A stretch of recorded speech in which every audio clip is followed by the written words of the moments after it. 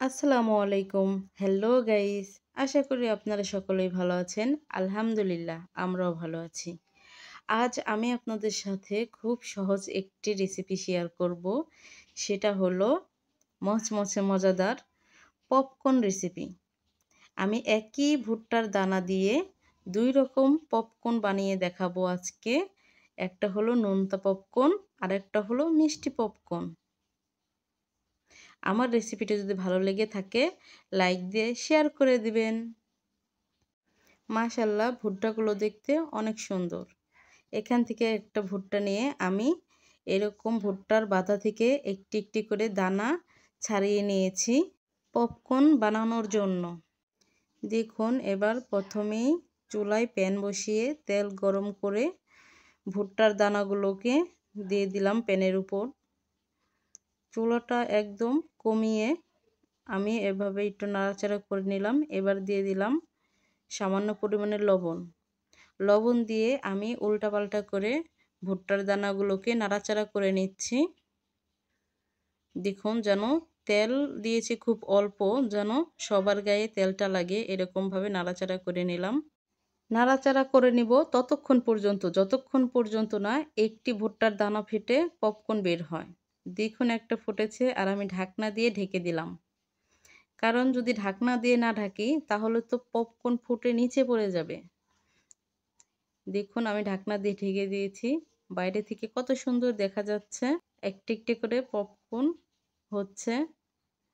এই পপকর্ন ভাজা দেখলে আমার খুব ভালো লাগে। কারণ যখন কি একটা একটা করে ফুটে পপকর্ন আমার বৃষ্টির সময় খেতে ভীষণ ভালো লাগে। একদিকে বৃষ্টি হয় আর একদিকে পপকর্ন খাই।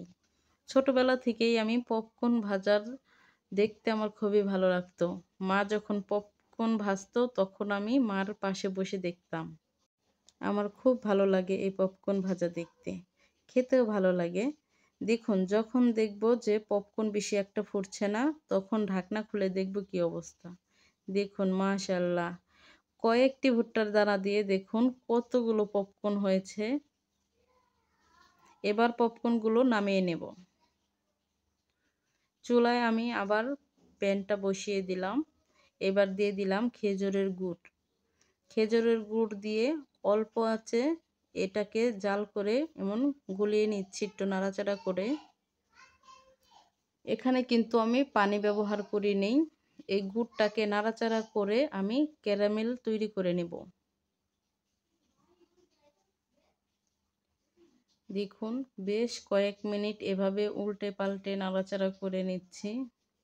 দেখুন এই পর্যায়ে মিঠাই গলে গেছে। আর অল্প একটু সময়েই ক্যারামেল তৈরি হয়ে যাবে।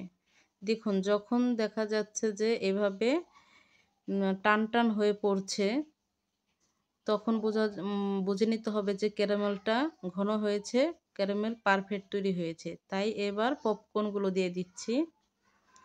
দেখুন পপকর্ন দিয়ে ভালোভাবে উল্টে পাল্টে নাড়াচাড়া করে নিচ্ছি। খুব ধৈর্য সহকারে আমি পপকর্নগুলোকে আস্তে আস্তে নাড়াচাড়া করে মিশিয়ে নিচ্ছি। দেখুন মিশানো প্রায় শেষ। দেখতে কত সুন্দর লাগছে। এবার চুলা থেকে নামিয়ে নেব। দেখুন পরিবেশনের জন্য রেডি। খুব সহজে মাত্র কয়েক মিনিটে বানিয়ে নিলাম একই ভুট্টার দানা দিয়ে ২ রকম স্বাদের পপকর্ন। নোনতা পপকর্ন তো বাজারে কিনতে পাওয়া যায় কিন্তু মিষ্টি পপকর্ন সচরাচর পাওয়া যায় না। তাই দেখুন খুব সহজে এভাবেই যার যেমন যেটা খুশি সেটাই এভাবে বানিয়ে নিতে পারবেন মাত্র কয়েক মিনিটে।